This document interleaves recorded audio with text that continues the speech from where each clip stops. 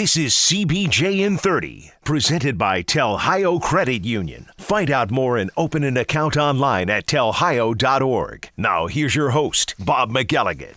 They tried so hard, they came so far, but it ended last night at Nationwide Arena, and it ended in somewhat of a thud. Now you're going to hear a lot of player sound, coach sound, talking about how well the Blue Jackets played in the final game of their season last night. But in the end, when you score 0, to me it still ends in a thud. And that's exactly what happened last night. 3-0, the Boston Bruins shut out the Blue Jackets, and the Bruins win the series 4-2. They get a chance to advance and face the Carolina Hurricanes in the Eastern Conference Final. And it begs the question, have the Blue Jackets for a third straight year lost and been knocked out of the playoffs by the eventual Stanley Cup champions? That is a fair, more than a fair question. Because the path is there to get to the Stanley Cup final. And I know it's been a year of upsets, and it's been a year that nobody could predict and all that stuff. Nobody would have predicted the Carolina Hurricanes being in the Eastern Conference final. Nobody. I understand that. Nobody would have predicted the Colorado Avalanche forcing a Game 7 last night against San Jose. Nobody would have predicted Dallas and St. Louis in a Game 7 final to go to the Western Conference final. And I understand all of that. But of the teams that will remain, I would say in the West, if San Jose wins their Game 7, then they are probably the favorite to come out of the West. But Boston's got to be the favorite to come out of the East. And if the Boston Bruins don't win the Stanley Cup, I'll be shocked. Now, I've been shocked many times in these playoffs, but I'll be shocked. And that is what is even tougher for the Blue Jackets, because they know. They knew. You could see it.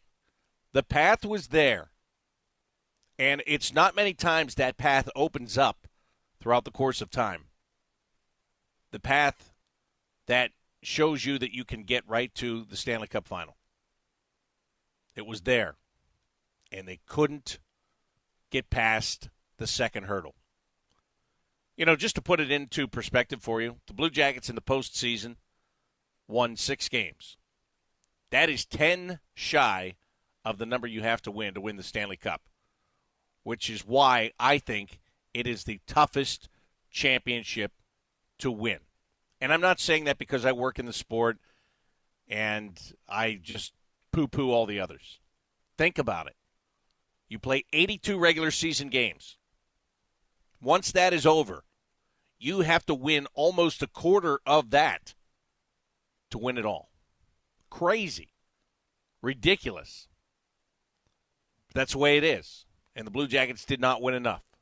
They had a 2-1 lead in this series once upon a time, and they dropped 3 straight.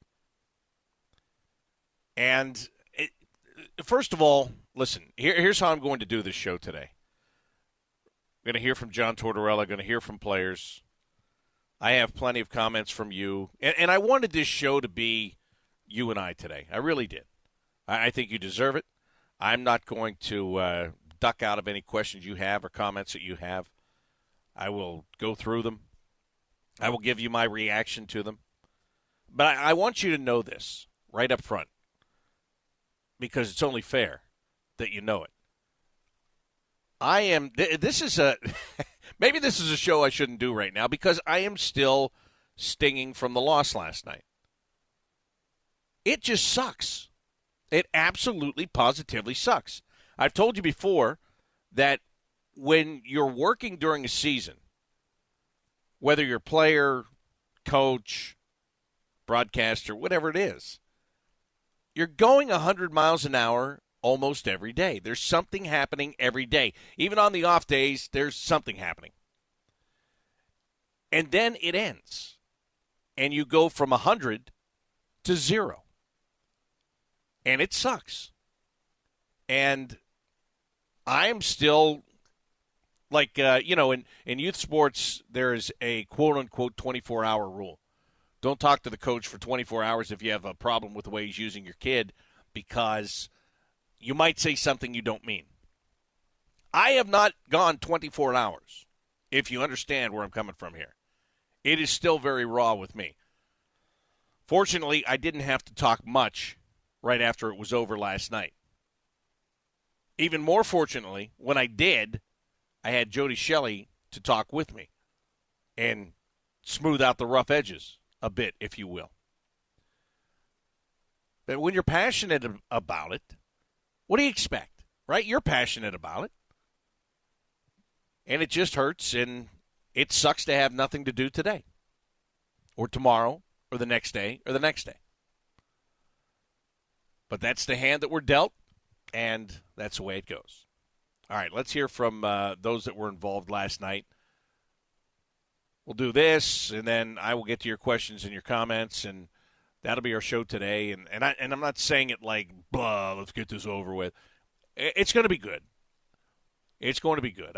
You guys have some really good outlooks on things, and well, some of you do. Some of you are, it's like everything. It's like every show.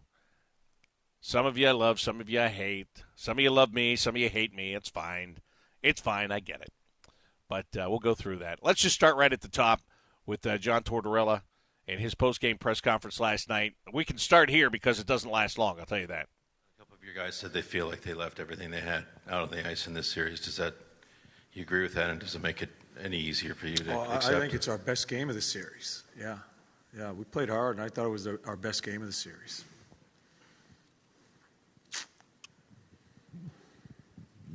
So many guys on your side just dried up offensively the last 3 or 4 games. The power play kind of went away as well. Is that on you guys? Is that something Tuukka Rask did? He looked pretty... Well, Rask took off. I mean, he's a big reason. I mean, we had some opportunities, but Rask just took off.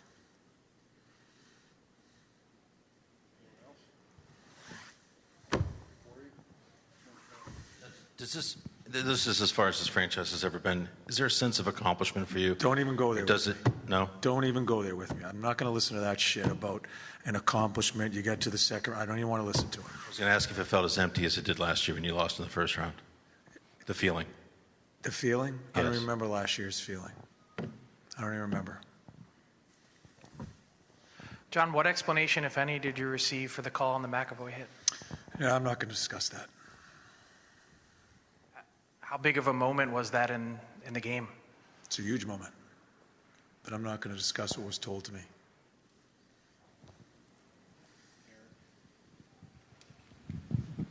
Did you feel like in that third period you guys had still a shot, or was that this 2-0 goal, was that a debilitating the second goal for goal you? I mean, we still play, but the second goal, that one hurts. Because you know what's happening down the other end. We're hitting posts. He's making some saves. And, it's a game of hockey. There is John Tortorella after the game last night. Again, raw, very raw. And those are tough. That's a tough job. And I know it is the job, so I'm not making an excuse for Torts. I know that's one of those press conferences that people that don't like John Tortorella are going to look at. And somebody's buddy of mine told me last night, he goes, yeah, that's where the detractors are going to look and say 2-minute press conference after that. Well, you know what? I'm okay with that. And you heard how many people were asking questions. Nobody. I mean, nobody was very brave in that. A couple of things to dissect from it, though, starting with the second goal. The second goal was a killer. It was. But how many times have we seen this team not be able to finish its scoring chances? This is nothing new. Don't act surprised. I was not. I came to the conclusion pretty early, way too early in that game, that they weren't going to get a goal. Hoping to God that I was wrong. And unfortunately, I was right again. It's a curse. It's not a blessing. Take a break and be back with more. CBJ and 30 Live, presented by Tel Ohio Credit Union. Blue Jackets season ended last night. 3-0, they were shut out by the Boston Bruins. 4-2, they were beaten by the Bruins in the Eastern Conference semifinal round of the Stanley Cup playoffs. Boston moves on to take on Carolina, and the winner of that earns a trip to the Stanley Cup final. After the game last night, Blue Jackets captain Nick Foligno addressed the media. Here's some of the things that he had to say. I thought we played really well tonight, just didn't get a result, so it's frustrating for a game where I really thought, wasn't planning on sitting here talking to you guys about this, so don't really have much to really go on tonight. Just one of those games, man. We had chances, just didn't bury. 4 posts tonight, or bars, posts, iron. So there's more than that. At least 4. That kind of tell you what the night was like. It's because we're on this side of it. I mean, you gotta create your own luck, obviously, but it would have been nice to see one of those go. I think if one of those goes in, it's a whole different ball game. Obviously, just with the momentum you create off of just getting one past them, and I mean, we peppered them. So it wasn't for lack of try or compete on anyone's part tonight. I thought everyone brought it, and it's just disappointing. Any thought on the McAvoy call? It's a 2-minute instead of 5. Yeah, I mean, I'm not going to go there. It sucks. Just hate seeing your teammate laying on the ground on a hit that's unnecessary. As disappointed as you are right now, this was all uncharted waters for you guys. I mean, just what about the guys in this room and what you guys were able to accomplish here in the postseason? Yeah, it's hard to summarize everything after just losing that one, but probably the biggest thing is I'm proud of this group. I'm proud of the way we battled and through adversity all year long with questions about our room and what's going to happen, and I thought we came together as probably the strongest team I've seen us in my time here. I've seen us become in my time here, so it says a lot about this group, and if anything, I just hope guys understand how hard it is to win and what it's going to take, and it's this one hurts. Experience and what you guys did, how hungry does this make you guys coming back next year? Yeah, I mean, I don't even know. I haven't gotten there yet. I know we're going to come back better from this because there's only that approach that you really can take. I mean, from everything that's gone on with this team, there's only growth that's going to happen. So we're automatically going to become a better team, but it's understanding that every year, so does every other team. So we got to just make sure we take this feeling and just try as best we can to remind ourselves of it while we're training and while we're trying to get better and what we're trying to become for next year. And I hate talking about next year. Just it makes you sick right now with everything we've gone. Yeah, it does. He's right. It makes you sick to talk about next year, and especially when there's so much uncertainty and nobody even knows what next year is going to bring. Nick Foligno wound up with just 1 goal and 2 assists during this playoff run for the Blue Jackets, and he scored that goal in the very first game against the Tampa Bay Lightning. And and I'm not hanging it all on him for his lack of scoring, but when there's many times John Tortorella has said over the last 3 games there are other guys that have to get going, and Nick was on that list. He bounced around the lineup and just, again, couldn't find the back of the net more than one time. Not alone by any means, and it just stinks. It absolutely stinks. Cam Atkinson had 2 goals during the postseason. Now, he added a bunch of assists, so he was in on things, but he's came so close to scoring in Game 5 to tie the game with 15 seconds left, and Tuukka Rask made a huge stop on him. Again, it was that kind of a snake-bitten type series for Cam Atkinson, who spoke after the game. They play a very structured way, and like I said, don't give you much. And there's opportunities for us to capitalize on the power play, and we just couldn't do it. How much of it was Rask himself? How difficult was he, especially in these last couple of games for you guys? Yeah, he's a great goalie. I've been saying that all along. He's an all-star goalie. I don't think we made it nearly as hard as we could on him, getting in front of his eyes, because if he sees it, he's going to stop it. But I don't think I've ever seen a team work so hard to get nothing after shot, post after post. You had to feel. Yeah, I mean, we had our surges, we had our pushes. When we needed to capitalize on the power play. I think that's the biggest thing. I don't know, we had 5 power plays maybe. Had some good looks, but ultimately not good enough. The McAvoy ends up being a 2-minute instead of 5 at least. That's not my call. Cam, as disappointed as you guys are right now, is it hard to, I mean, this was never happened before, what you guys were able to do, just what you guys were accomplishing in this room that when no one really gave you guys much of a shot? I mean, we believed in here since the start of the season. Ultimately, that's all that matters. It doesn't matter what the outside thinks because, it's the guys in here that go out there and battle every single day. We just have to remember how tough it is in the playoffs. Can't take it for granted. Next year, who knows what's going to happen, who's going to be in this locker room. So this one stings. And there it is. Next year, who knows who's going to be in this room. Truth, absolute truth. And that is why it stings even more so than just a regular loss would.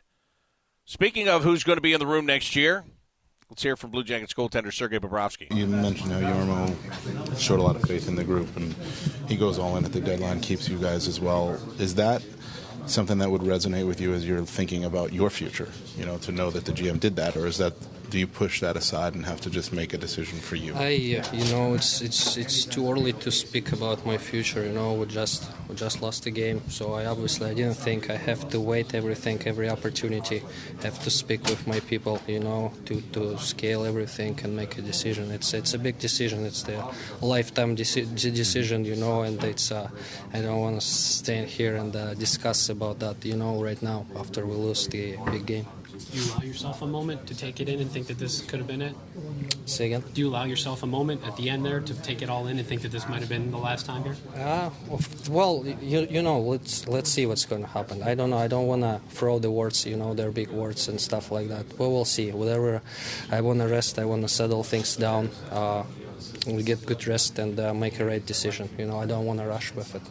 Hey, Sergei, at one point during your playoff run, Torts referred to your performance as a middle finger to your critics. Do you feel like you put together that sort of playoff run? Is there any satisfaction to you in that? It's for me it's tough to separate myself from the team. I think it's the whole team had a good success in the postseason. We beat a really good team, Tampa. So it's the whole guys was contributed to that success. So it was fun for me. It was great experience. I enjoyed to be with this group, with these guys, and I'm really proud of them. So again, I say it again. I think everybody competing hard. I think everybody gave what they had. And it was fun to be part of it. What do these guys in this room mean to you? I mean, you guys have become brothers, haven't you? Yeah, again. So we went through some good times, some tough times. We've been together. It was 7 years, so it's a long time, and it was special.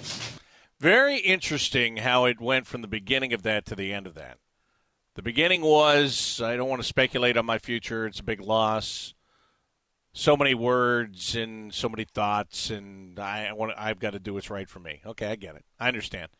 By the end, I've been part of this group for 7 years, and it was great, and it was special. Read into that whatever you want. Read it however you want to. I understand that, or I was told, I didn't see it, I was told, so maybe I shouldn't report secondhand, but I will, that Bobrovsky and Panarin went out and signed autographs last night amongst the people. And again, if it's their last time here, you might as well leave on a good note. If it's not, great. But if it is, neither one of them wants to look like a bad guy. That's one thing about both of them. It's easy to label them as bad guys for wanting to make more money, to live somewhere more desirable, in their opinion. It's easy to vilify them for it. If you worked at a little store and a bigger store asks you to come and work for them and wants to pay you twice the amount of money, you do it, right? In many cases, you go. That's what's unfair. All right, I've got one more player for you to hear from, and I've got plenty of things from you, and I'm going to do that for the rest of the show. But I want you to hear from this one more player because when I went into the dressing room last night and started to listen in on Nick Foligno, this guy was still wearing his full uniform, and I'm talking about wearing the game jersey, sitting at his locker wearing his game jersey. That doesn't happen. They are always out of uniform by the time we get in there. This guy was still sitting there with it on like he didn't want to let it go. And I'll tell you who it is, and you'll hear from him next as we continue with CBJ and 30 Live, presented by Ohio Credit Union. Blue Jackets lose last night to the Boston Bruins 3-0. Season comes to an end after losing their second-round playoff series 4-2. Bob McElligott with you, kind of wrapping it up a bit here today, the post-mortem, if you will. I went into the room last night. One player was still sitting at his stall with his uniform jersey on, and it's kind of staring into space when we first walked in. He eventually got up, took off the jersey, took off the equipment, and did interviews. And I was in on the interview with him, but it just struck me. It struck me because if you don't want to take off the uniform, what does that say? It says you don't want it to be over. You are literally don't want it to be over. And I'm going to tell you right now, the guy that I'm talking about wouldn't do that as a show. He's not a guy that would leave his uniform on when people walk in. I've seen plenty of players that'll put on a show in the dressing room.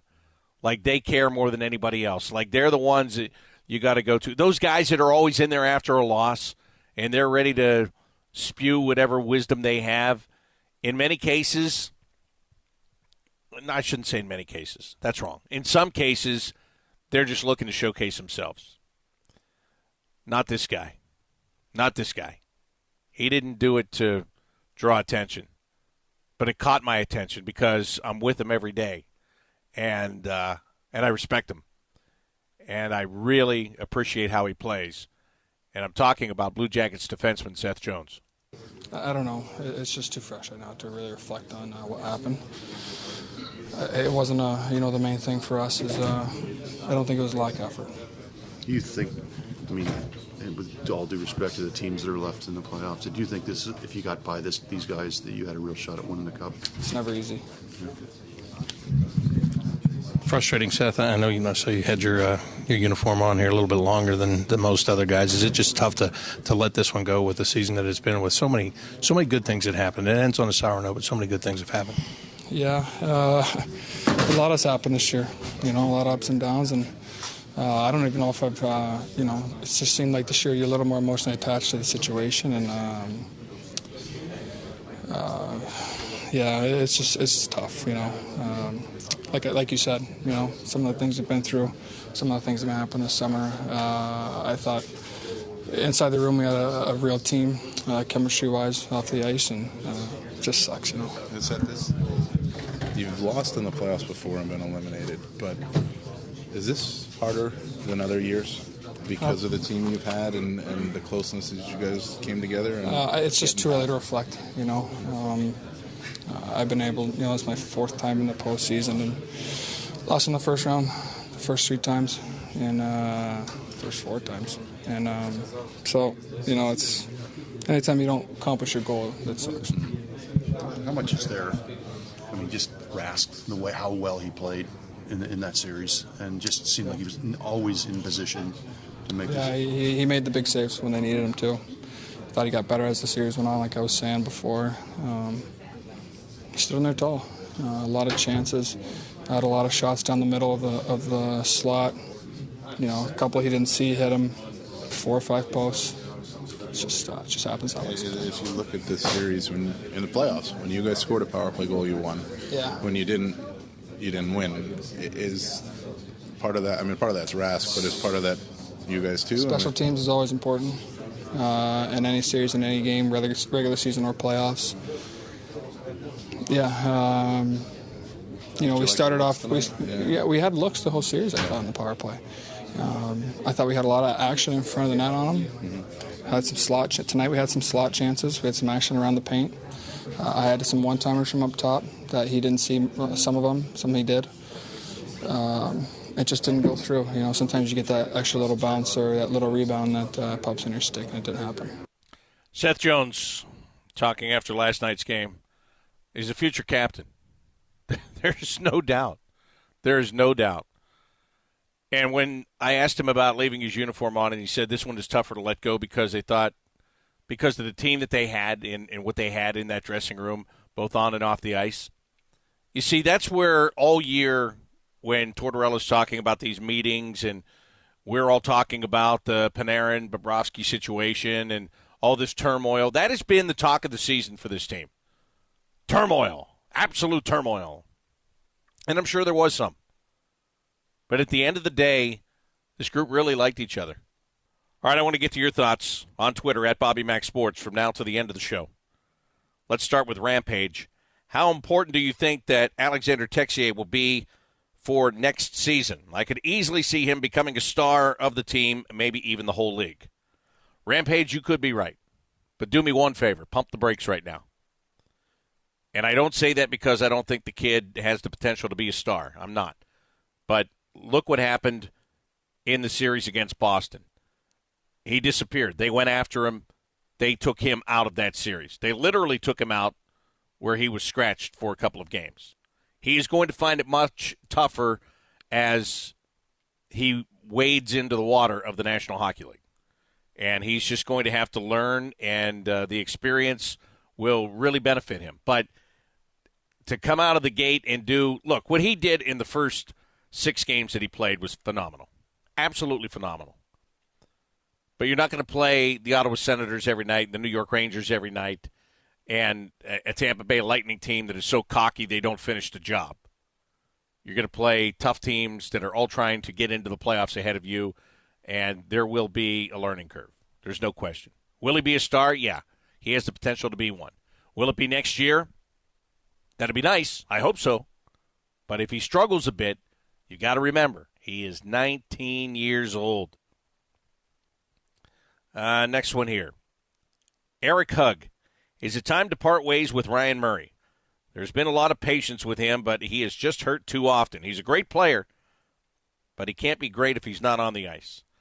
Well, Eric, you make a good point, and I don't know if it's time to cut ties. That's a tough one because when Ryan Murray was playing this year, he was great and the team was great. That was a huge blow, and it came after 55 games. A huge blow when he left the lineup, and even more huge that you never saw him again. That's a guy that they could have used in these playoffs. Definitely could have used him. Definitely could have used those puck-moving skills.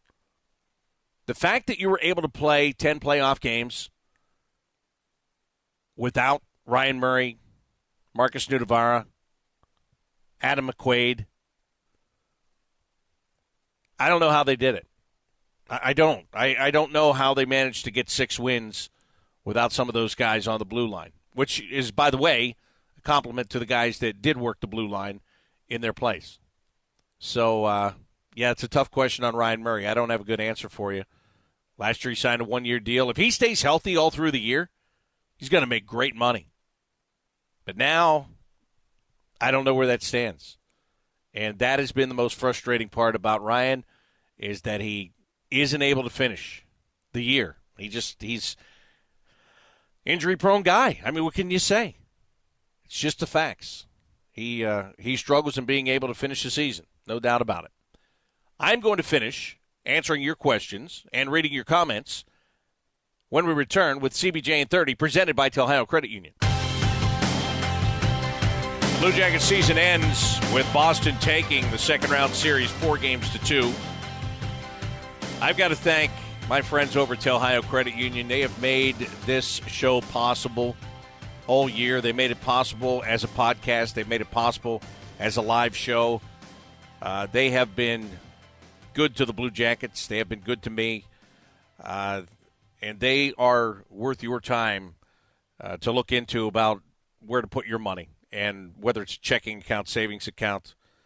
If you're looking for a loan, be it personal or be it business, go to telhio.org. Check out all the information they have there. Click on the live chat option. You know, I've said it to you all year.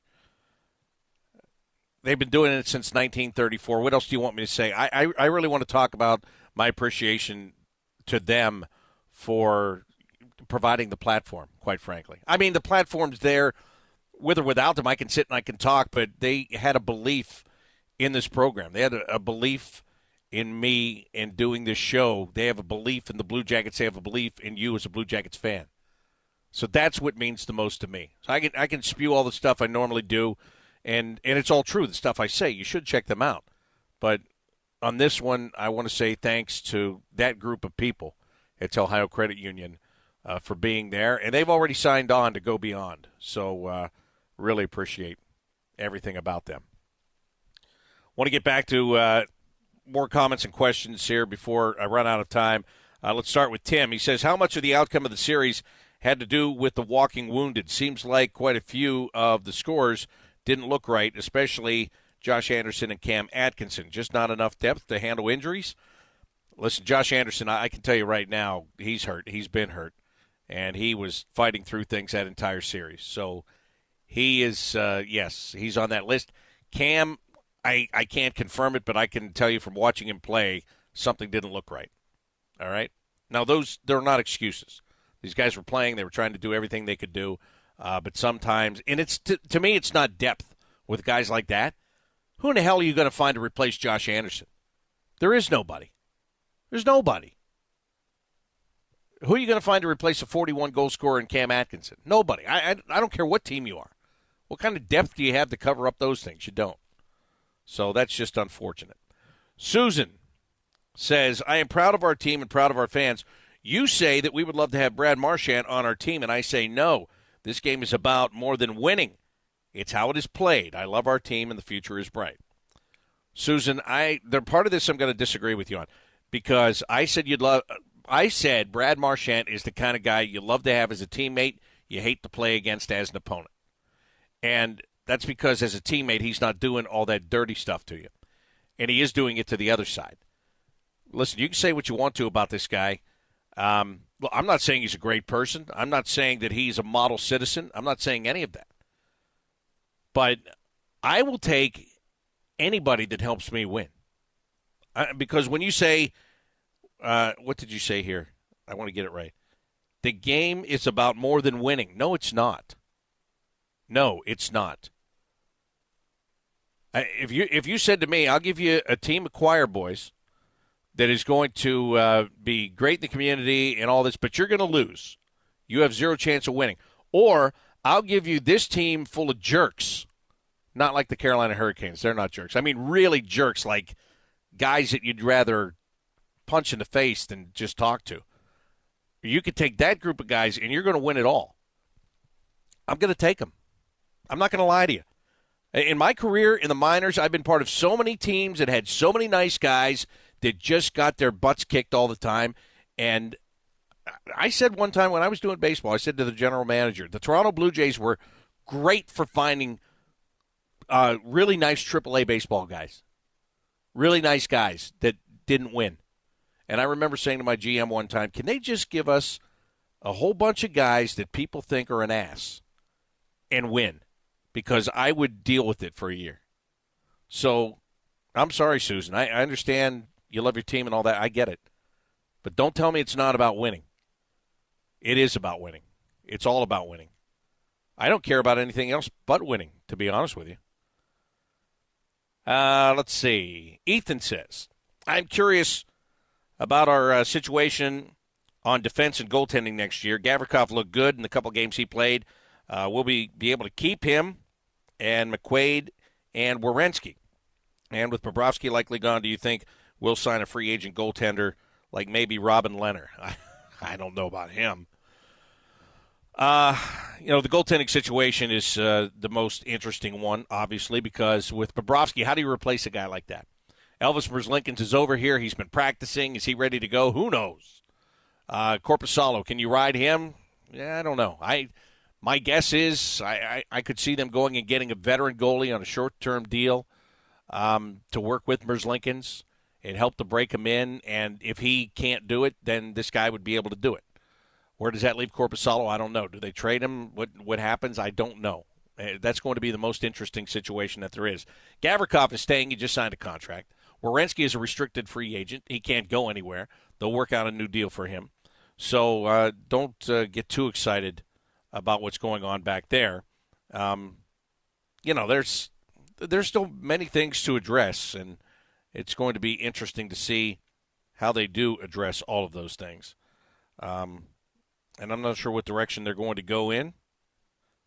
And I'm sure that they are sure of it. Listen, I have a whole bunch of these that thank me for the job that I've done this year, and I appreciate that. I really do, and I love doing this stuff. But I thank you, because if you don't listen, if you don't tweet, if you don't react in any way, shape, or form, there's no reason for me to be here. So I do appreciate the accolades, and I've appreciated doing all this extra work for you and the fact that you've been there for me. So thank you. Not thanking me, thank you.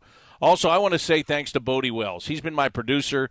I've never said his name before, which is wrong of me, but he's been here every day running the show and doing a great job of it, and everything I screw up, he fixes. So I'd like to thank him for all of that. Jody Shelley and I have one more edition of the Inside Edge. That will come your way tomorrow night on the flagship station of the Blue Jackets Radio Network, 97.1 The Fan. Tomorrow, I believe, is exit day, so we'll try to get a bunch of sound for you from the players. And that's going to do it for today's CBJ 30, presented by Tel Ohio Credit Union.